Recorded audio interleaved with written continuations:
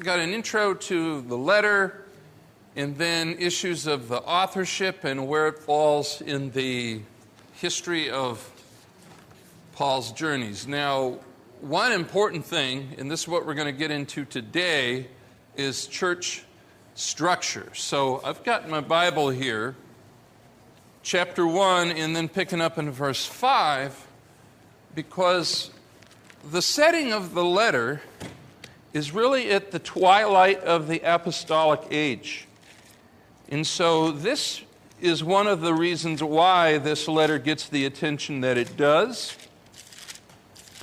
Because as the apostles begin to die off, and the idea is that the church is now going to have to extend for the indefinite future, who will take over the leadership of the church? Now, you may recall I taught a class in church history a while back, and there's sort of three stages in this early period. You have the original apostles, whether Paul or the disciples themselves who knew Jesus. You have a brief season with a group called the Apostolic Fathers. And the Fathers, I think in the class I taught them, I entitled the class, Men Who Knew the Apostles. We have some of their writings.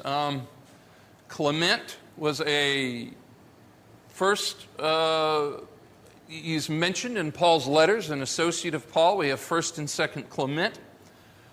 A disciple of John would have been Polycarp, and there is a letter written by Polycarp as well as an account of his martyrdom.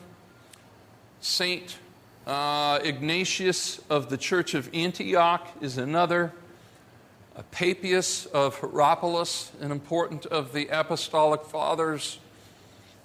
Simeon would have taken over for James in the church in Jerusalem. But the idea is that these are the men who directly knew the apostles, and so they're sort of second generation. Once you get past them, though, you're into the era of the church fathers, and these are men who did not directly know Jesus. They did not directly know the apostles, but they will establish the church for the foreseeable future. So this chapter 1, verse 5, entitled Establishing Church Structure, is very important. Very, very important, and the pastoral epistles all deal with this issue. So on this lesson here, on page 16, though in the book this is page 20, when Paul left Crete, he asked Titus to remain and set in order the church. I'm going to go ahead and read chapter 1, verse 5, up through the 9th verse, and then we'll talk a little bit about it. This is why I left you in Crete, Paul talking to Titus, so that you might put what remained into order, and appoint elders, that's the Greek word presbyteros, in every town as I directed you. If anyone is above reproach, the husband of one wife, and his children are believers and not open to the charge of debauchery or insubordination. For an overseer, as God's steward, must be above reproach. He must not be arrogant or quick-tempered or a drunkard or violent or greedy for gain, but hospitable, a lover of good, self-controlled, upright, holy, and disciplined. And he must hold firmly to the trustworthy word as taught, so that he may be able to give instruction in sound doctrine and also to rebuke those who contradict it. Okay, so those are important verses. They're very, very packed. Paul, in his early journeys, I mentioned here, he didn't really establish yet any fixed structure of church hierarchy. So he's given the business on to Titus, and then later he'll give it to Timothy, who's in Ephesus right now. And the point is to appoint, here's the word again, presbyteroi in every city. We get the word Presbyterian from that, and a lot of translations will translate it elders. but it carries the idea of old guys, men who are older and have authority and experience. A couple of things I mention here. One, Paul assumes his authority to do this, and that Titus also has authority to do this. So we're already getting to the idea of apostolic succession, or at least authority. The apostles are going to appoint people who will have the authority to appoint people under them. Top page 21, or again, midway through page 16 on the lesson there. What makes a person a candidate to be an elder? Administrative ability, you'll note, is not the main issue here. And they're going to be very similar in the letter to Timothy. He uses this word amimptos, which means irreproachable or unimpeachable. And that's an interesting word because it refers not just to his moral character, but it refers to the idea that nothing could be brought against him even if they wanted to. So there's some pragmatism here. He doesn't want people in position. He wants people in positions of authority who are moral people, but he also wants people in positions of authority who will not bring scandal to the church. What's that? Your reputation means a lot. Absolutely. And you see that in some of Paul's other letters too, where he's instructing slaves to be obedient to their masters, or Christian citizens to obey the laws. And his logic is very similar. He doesn't want them to do anything that would damage the name of Christ. So, irreproachable, not only a man of moral character, but beyond the reach of anything that might cause a scandal or bring disrepute on himself or the church. So, having said that, Paul gives a list here. He must be the husband of, the literal phrase here is a one-wife husband. A one-wife husband. Or a man of one woman. There's been a lot of discussion about what's lurking behind here, but Paul doesn't say anything else about it. So I do mention here marital fidelity. A person who handles his marriage in a way that is both moral and socially acceptable. Family discipline in a well-governed household are also important. Men who allowed their children to run wild or whose children did not follow the faith were not thought to be good leaders. The ESV here says,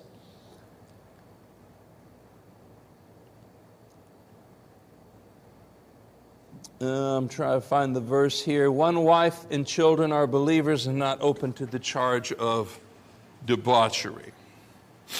Now, I had a little footnote here, and we'll talk about this because I think that's on the Q&A. Footnote 14. For Paul, it's clear that certain marital arrangements are acceptable on moral grounds, unacceptable. In Greco-Roman culture, it was considered a Roman citizen's right to have casual love affairs. Paul speaks against that in Corinthians.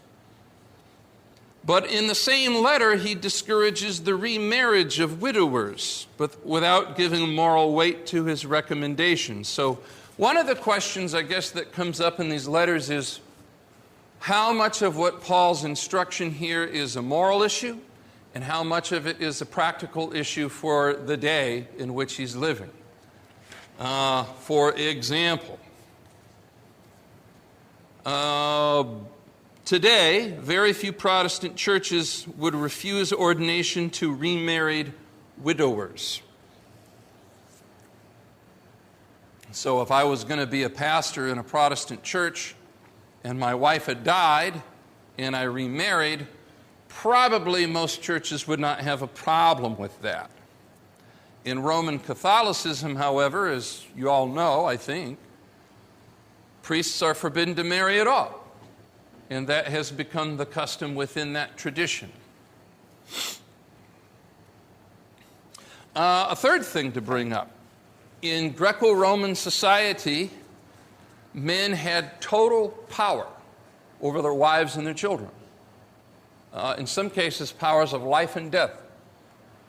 That is certainly not a situation that obtains today.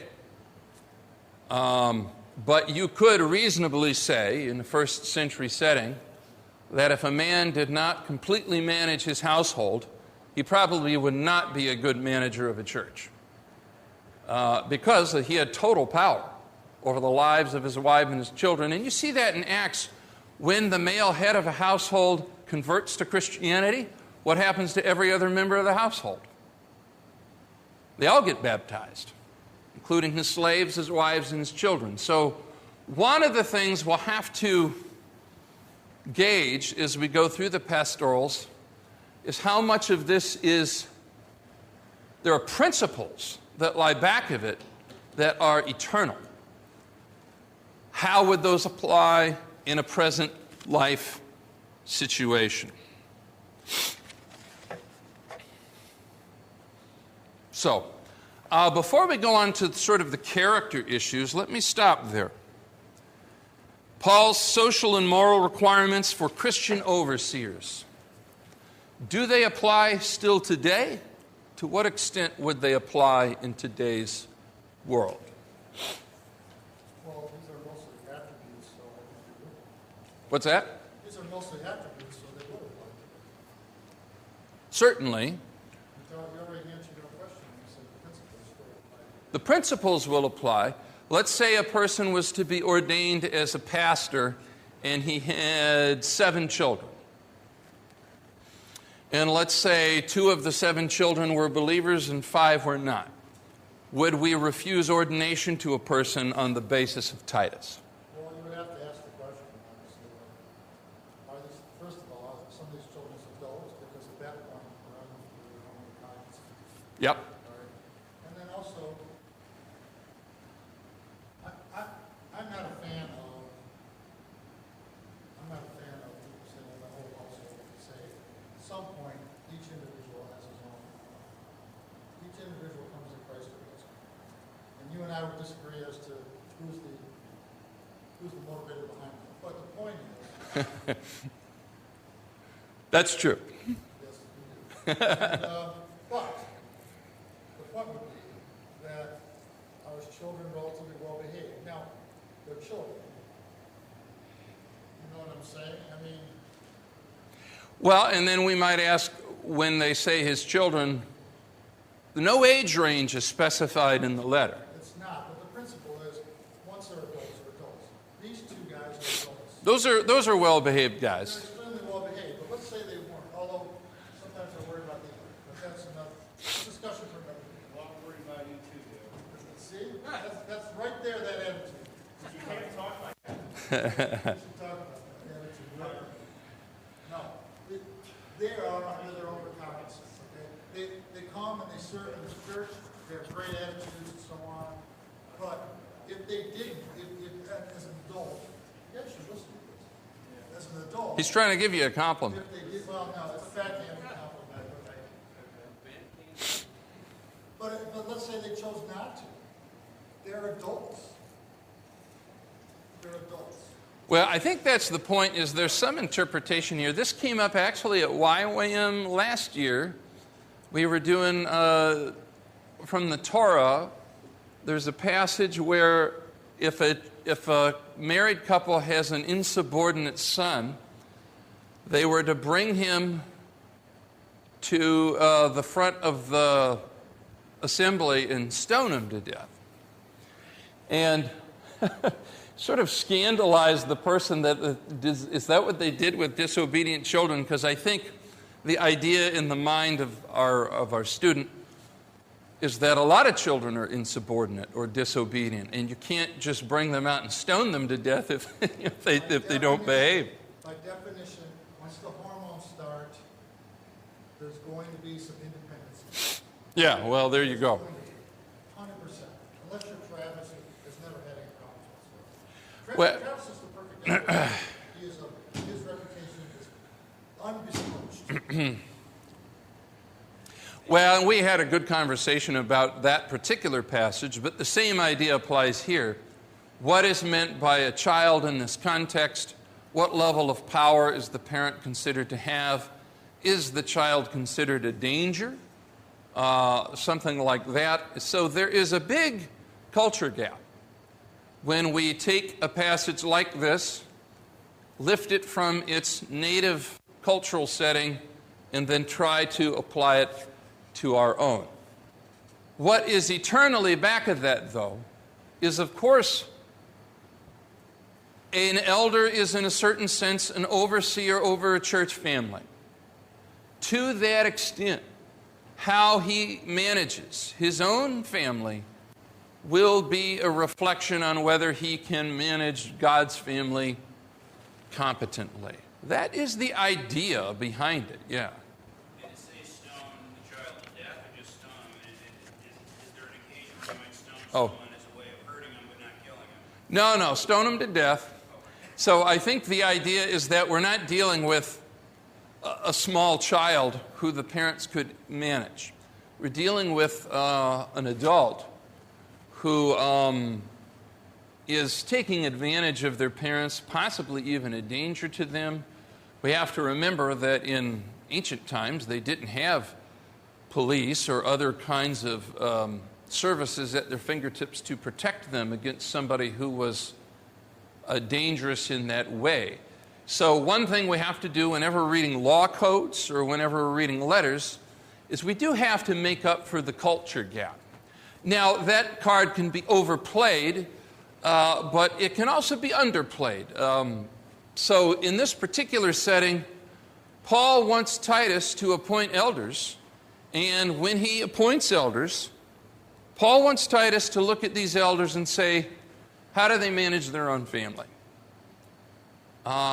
They're a husband of one wife, good. If they have well-managed children, good. Start there. And then they should be above reproach because you don't want them bringing scandal into the church. No one's going to listen to somebody that has a bad reputation. That's right. Although, I think that now I realize, in the times we live in with the politicians we have, a lot of people follow leaders with bad reputations. So maybe I'm wrong. Well, we'd have to, that would be a culture gap. It might actually not be as important in a contemporary situation, at least as far as the issue of scandal is involved. Now, the character qualities, beyond his family, a church leader must demonstrate character in his own behavior since he is God's steward. And some must be avoided entirely. We've got the Greek here. Autades means arrogant, stubborn, or self-willed. Orgelos, quickly tempered or inclined to anger, easily angered. Paroinos, drunken or addicted to wine. Plektes, a bully. Pugnacious is a word we don't use anymore. Does anybody know what it means? You know? Based off the Latin pugnare, meaning to fight. Right. But ready to fight. Ready to fight at a moment's notice. So you might have met people that are pugnacious in the sense that they're eager for a fight. They like fighting. A lot of times people who are defensive to the point of very easy to offend, ready to get into a fight. It's like the guy goes into the bar and he's ready to has one drink, he's ready. You stepped on my foot. It's not a successful night for that individual without getting And we've probably all seen people in positions of leadership who are combative. And then planikia, which is greedy or eager for money. All of these things are dangerous, particularly for leaders, because leaders have power over the people that are under them. And so if they're bully, if they're eager for money, if they're drunken and not able to take care of their responsibilities, easily angered or arrogant, they're going to be abusive to the people that are under them, and they're going to misuse them. And of course, we've all seen instances of that. And then he adds some positive qualities. So those are the things you shouldn't be. And then positive qualities would be these. Philoxenia, which means, well, there's some Greek. Philo, love. Xenia, of the stranger. Right? So hospitable to strangers. Philagathos, loving what is good. Sophron, prudent, thoughtful, wise, self-possessed. Dikaios would be just, fair.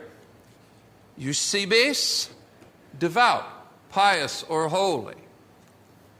And Enkrateia, self-controlled or disciplined. So people of a certain character. And you note this particularly important now that the age of the apostles is going away. You need stable leaders who are going to be able to manage the churches. Finally, church leaders must be deeply committed to the Christian message. Their responsibility is not to be innovators, but to be faithful. So they hold firmly to the message, quote, as it has been taught. And that will be very important because as the age of the apostles dies out, many of the early church leaders are not going to be remarkable intellectuals. They're not going to be remarkable in a lot of ways. They are just faithful, consistent men who stick with what has been handed down to them. Now, later on in the church, we are going to run into some church fathers that are highly intellectual. St. Augustine is the perfect example of that. But he wouldn't appear for many hundreds of years.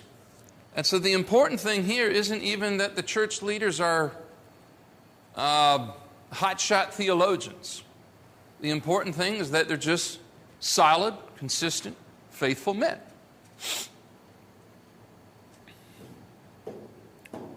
And so Paul is passing on the language of a Christian tradition without distortion. The preservation of the message is necessary for encouraging the Christian community. So I do raise these questions. We've already talked a little bit about them.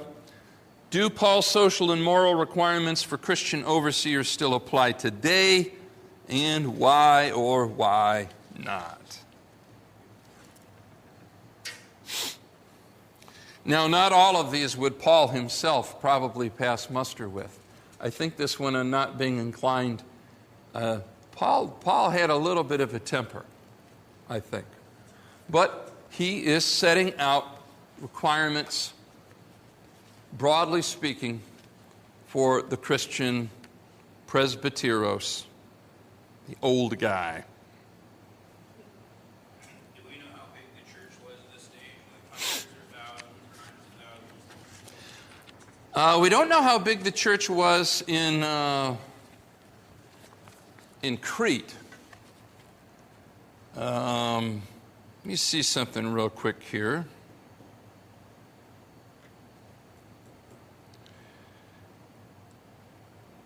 The church in Rome was one of the biggest, and we might be able to get some people there. I think probably the scholarly estimate is somewhere around the whole city of Rome, you might have had a church as many as 8,000 people. That would not be a single building. That would be spread over, and that's a low estimate. We don't really know for sure. Now, eventually, the church is going to organize itself increasingly hierarchically. So you'll have several local churches in a given city. And then over them will be one overseer called an episkopos. And eventually that will become the bishop. And then each bishop, it's going to work more and more toward a hierarchy, and then you'll have a bishop over the bishops. And then, of course, within the Latin Western Church, they're going to gravitate toward the idea of maybe one church being head over all of the churches, and then you're getting closer and closer to the idea of a papacy, where there's one guy. Now, the Eastern Orthodox Church never embraces that idea. The Latin Western Church does, with the idea of the Bishop of Rome being the head over the whole church. And of all church traditions, Protestants are most resistant to it, with the idea that each local church, particularly in America, should have some sort of autonomy or self-governance in its own right. And that's what you have here. This is a congregational church. So there's a lot of these in America. They're small, local. They can be very, very good. They can be very, very bad. It depends on who runs the church. But they're not beholden to some hierarchical structure. The main problem in chapter 1, verse 10 is the danger of false teachers. Because again, now that the apostles are dying off, you don't have immediate access to people who knew Jesus or who knew the apostles. So in chapter 1, verse 10, we have this verse. There are many who are insubordinate, empty talkers, deceivers, especially those of the circumcision party. They must be silenced. They are upsetting whole families by teaching for shameful gain what they ought not teach. One of the Cretans, a prophet of their own, said, Cretans are always liars, evil beasts, lazy gluttons. And then Paul says in verse 13, this testimony is true. So that's not a compliment. Therefore, rebuke them sharply, that they may be sound in the faith, not devoting themselves to Jewish myths and the commands of people who turn away from the truth. To the pure, all things are pure, but to the defiled and unbelieving, nothing is pure. But both their minds and their consciences are defiled. They profess to know God, but they deny Him by their works. They are detestable, disobedient, unfit for any good work. So, if we were looking for a soft rebuke, we didn't get one here. The problem of false teachers.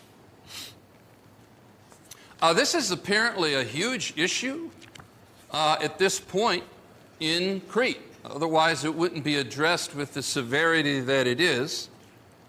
And it's upsetting, Paul says, whole households. And note, he does deal with things on the household level. We don't have quite as much individualism at this point in history that we're used to dealing with in our own time. And he says that they are insubordinate. The Greek word anipataktos, undisciplined, disobedient, or rebellious. Idle talkers and charlatans, and he is particularly mindful of what he calls the circumcision group. And that is a is not as big of a problem today, but it certainly was at the time, that you had a large number of Jewish teachers who they were seeing that many Gentiles were embracing the God of Israel. And they immediately gravitated toward those people, and they wanted to persuade them to embrace Jewish identity customs, to circumcise their children, and that is the doorway into all of the other Jewish identity markers. That would mean going to Jerusalem 3 times a year. That would mean observing ritual washings, participating in the sacrificial system. And Paul is pushed back against that his whole career. It's very important for him that Gentile believers, once they become Christians, are free from those Jewish identity markers, because all are one in Christ Jesus. They don't have to obey all of those kinds of things.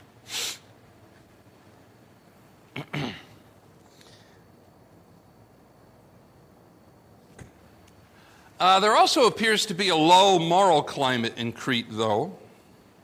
We have this poet, Epimenides, who says, "Liars ever, men of Crete, nasty brutes that live to eat." Kind of rhymes there, so. We have another poet named Callimachus, who says that Cretans are always liars. Cicero even bemoans the fact that Cretans did not think it immoral to steal. So the people of Crete have a low reputation, internationally speaking, on a moral level. And Paul doesn't seem to disagree with these assessments at all. He's obviously talking in generalities. And so he urges Titus to rebuke them sharply. But you ever been in a place where Eli's not here, he would be good for this, but you notice when you go to a different kind of a job or you enter a different kind of a place, there's a certain moral climate that penetrates that place. Eli was working at a certain construction. I was going to ask him, and he just observed that there was a certain moral climate when you were in that, from the way people talked, what they talk about, and that just the social expectation. And you hate to generalize, but it is often, it's a general climate that you breathe in. Certainly when I worked at the restaurant, there was an atmosphere at that restaurant.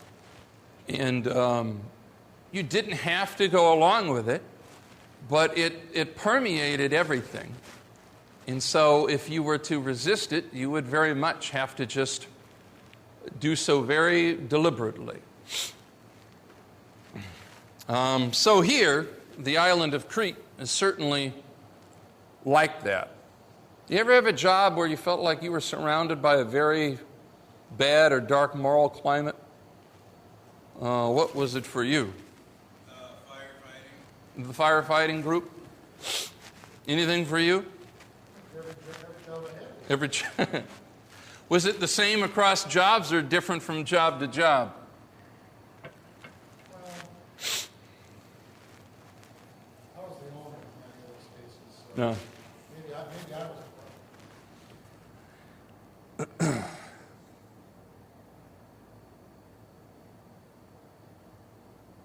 So on the one hand, you have the problem of false teachers, and on the other hand, you have a bad moral climate.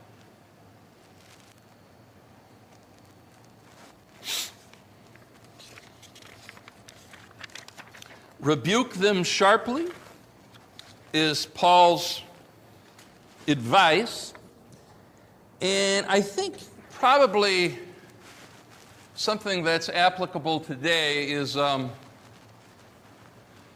you really have to decide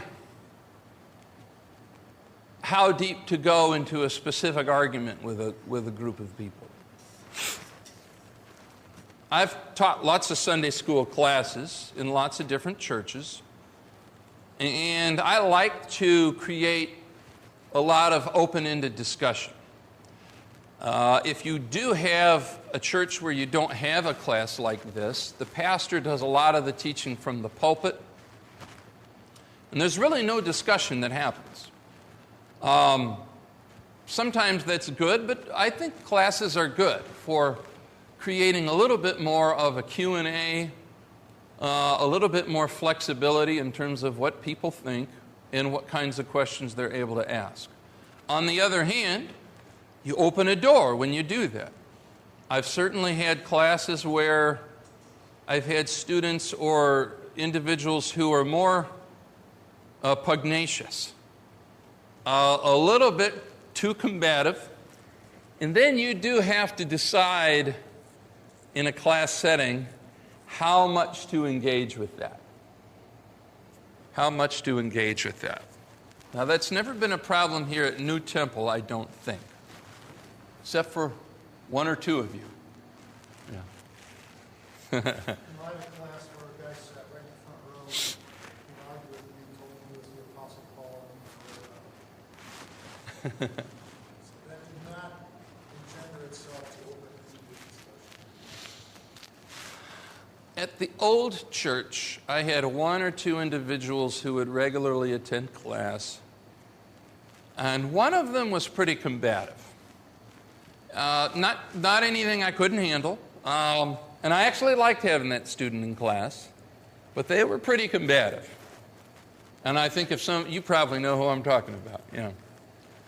And then I had another one who only showed up once in a while, and this gentleman was a Mennonite. He was from a Mennonite background, and he was more than just combative. He would say things from time to time that would directly, well, I think he'd pretty much directly challenge whether or not I was a Christian.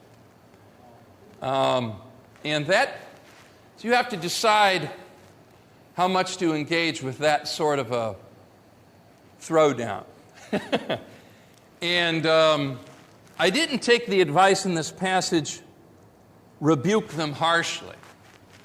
But I did, in those kinds of situations, kind of tie off that discussion. We move on in class to other stuff. And then we talk with that individual separately in a non-public kind of way. So one of the things I think Paul is advising Titus here is if you're in a position of leadership and you're dealing with either false teaching or teaching that is that's publicly declaring what you're saying is false, you do have to run your church. You have to decide. You can't allow it to turn into some sort of a circus.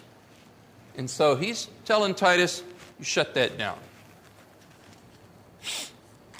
The next section here, well, actually on page 26 here, and I don't think I've got the question here, but I'll raise it for class. I raise the question, what is the criterion for false religious teaching? So I've already gone in the second question, how should one deal with false religious teaching? But what is the criteria for what constitutes false religious teaching? There's several different answers that could be given. What you got, Eli? Was that a hand? Oh, that's fine. I mean, I thought false religious really comes from a misunderstanding of the doctrine of Christ. The doctrine of Christ, Who Christ is. who he is and what he's done, and what he accomplishes. So, for Christians, one of the issues, and that comes through in this letter, is preserve the teaching as handed down. Who is Jesus? What has Jesus done? That'll come through in John's letters. He'll say anybody who denies that Jesus has come in the flesh is a false teacher. So the idea is that the teacher has to present Christ as God in the flesh. Well, I mean, the Colossian heresy, too. We really don't know what the Colossian heresy is, but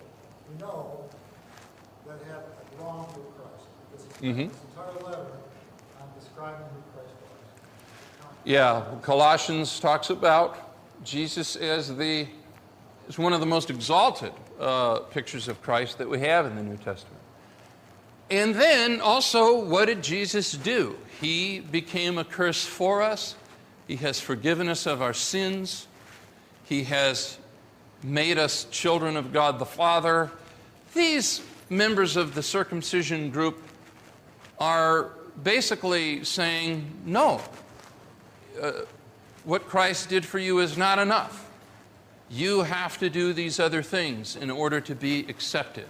And so it's a diminishing of Jesus' work. Whenever you find, I was talking to somebody about that this morning, whenever somebody started to add to that, now you're going down a really bad road. Jesus plus. That's really what it boils down to. Jesus Christ. Yeah. And now It- you've really entered the veil. There's no getting back. One of the fundamental essence of the gospel is that this is God's final word. Jesus Christ is God's final word. We don't need an additional word from God, an additional prophecy, an additional work. Everything, we sing that in the hymn. What more can he say than to you he hath said? It's a beautiful line from the hymn, and it captures the idea. Whether things directly go against the Scripture is certainly a criterion of false teaching. That's why we have the Bibles in the Protestant churches, is so that encourage people to read the Bibles for themselves and to make sure that what we do is consistent with what has been handed down to us. But you can already sense that in Titus, and it'll come through in Timothy, that the apostolic age is drawing to a close and that they are anxious that the teaching that has been handed down will be preserved. The next section here, and he will summarize the gospel in chapter 2, verses 11 to 15. We'll come back to it, but I want to read it now just in view of what we're discussing. Chapter 2, verse 11. For the grace of God has appeared, bringing salvation for all people. And then he goes on, but I'll stick with verse 11. The grace of God has appeared, bringing salvation for all people. That is how, in a very succinct way, he summarizes the gospel in this letter. Part of a famous navigator's memory verse. Oh, what that one was? And we mentioned the word appeared last week as a significant word. No, I don't know. But the idea of manifested or appeared at a certain point in time implies that it was operative all throughout time. Very, very important idea. You're sounding very bargaining right now. Well, you can't emphasize Christ too much, I don't think. I don't think so. Chapter 2, we'll only kind of get a foot in the door with this. He also has a household code. We read in chapter 2, as for you, do what accords with sound doctrine. And then he says, older men are to be. So Paul here wants to not only instruct the elders, but governance, particularly in a first century society, involves well-run churches and well-run families. And so there's a social aspect to it. And so he has what's sometimes called the household code. You find that in Jewish and Gentile communities both. For Jews, ethical lists concerning domestic relations go all the way back to the first 5 books of the Bible, particularly Leviticus and Deuteronomy. Later Jewish writings, all the way up to the time of Jesus, contain a lot of codes like that, and they'll give specific roles to husbands, to wives, and to children, and to their spouses, and their in-laws, and then to servants or slaves. So they're very comfortable with the idea that there are roles within the family and that there are specific duties appropriate to those roles. This is not really popular language these days, or at least hasn't been for a season in America. First of all, to talk about roles, and second of all, to talk about the duties that are entailed by those roles. In the Greco-Roman world, family obligations were stressed by moralists, and they did include blood relations, but it also includes legal relations with other people. And that's true even in the Levitical code. I'll draw attention to that. You go to the book of Leviticus, you have a very long list of sexual relationships that are considered prohibited. You're not supposed to engage in those sexual relationships. But if you read the code closely, you'll see that it's not entirely about blood relation. It's also about legal relation. So, a son shouldn't have relations with his biological mother, certainly not. But he shouldn't also have relations with his legal mother, because the idea is that the family structure has a certain order, and that order obtains whether people are blood related or whether they're just related by marriage. So it's not entirely just a taboo about what we would call incest. It's about maintaining the proper relationship between a son and a mother, a husband and a wife, an aunt and an uncle, and all of the people within that structure. If they engage in sexual relationships that run roughshod over those boundaries, they destroy the dynamic of the relationship. And so here, in a lot of these moral codes, they're not just about blood relation, but they are about the proper role of husband, wife, son, daughter, brother, sister, everybody within that dynamic.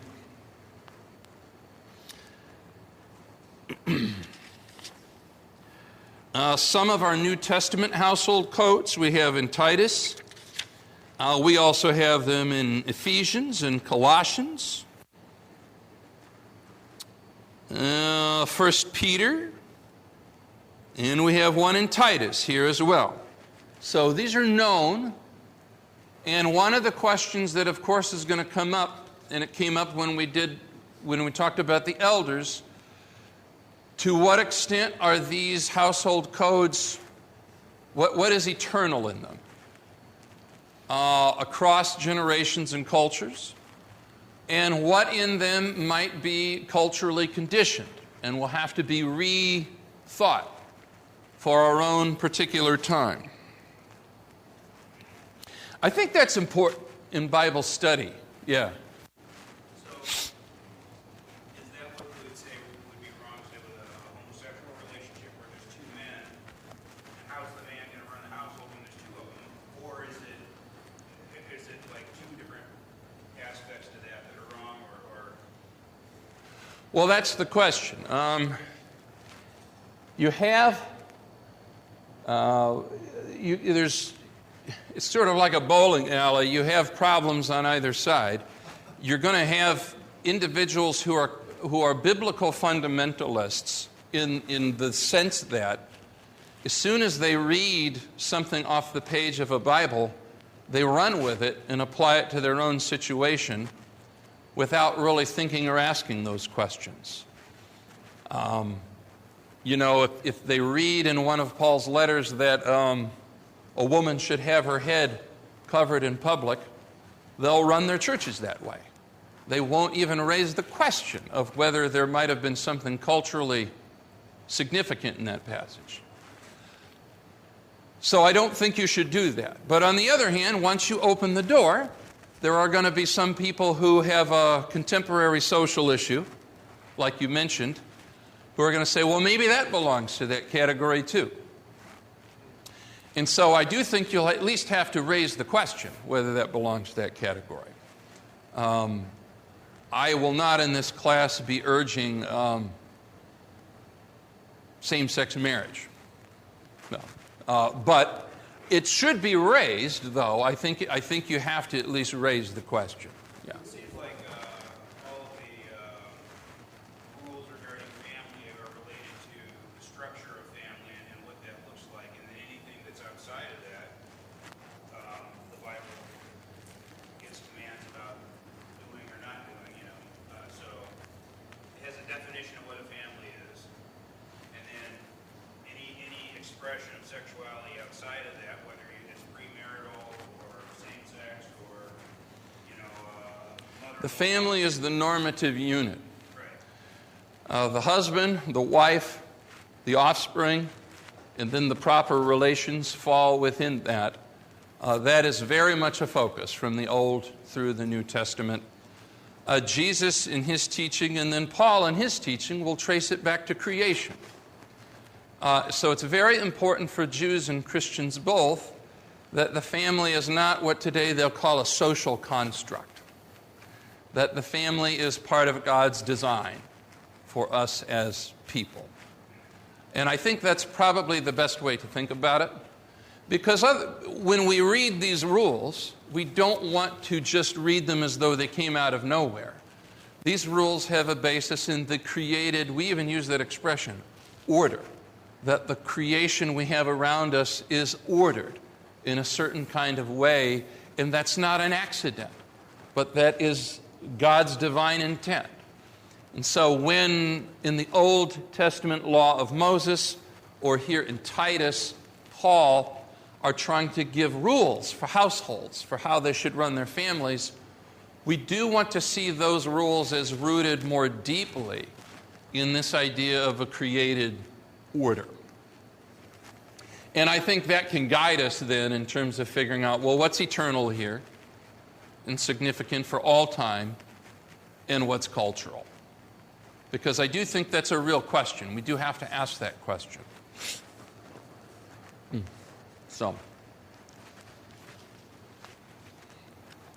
I don't think we'll actually have time to get into the household code today. We'll probably have to do it next week.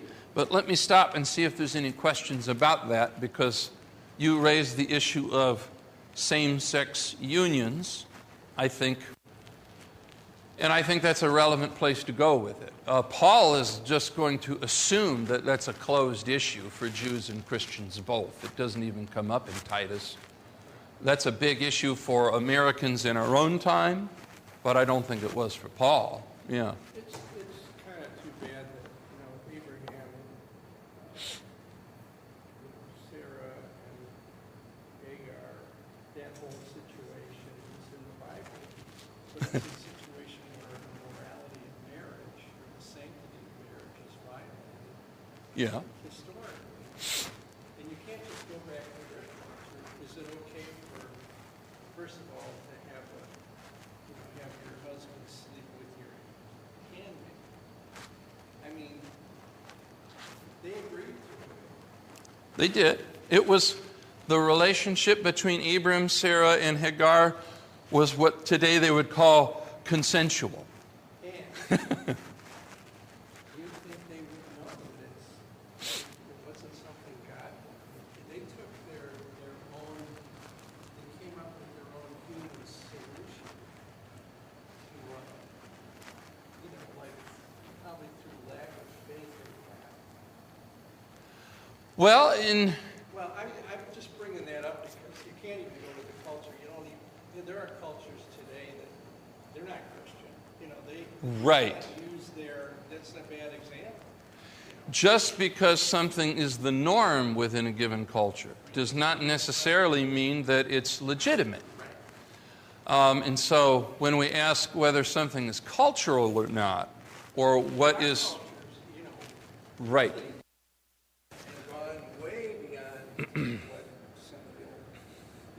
And Greek culture generally was very open-ended about sexual things. If anybody has studied the Greeks, you would know that.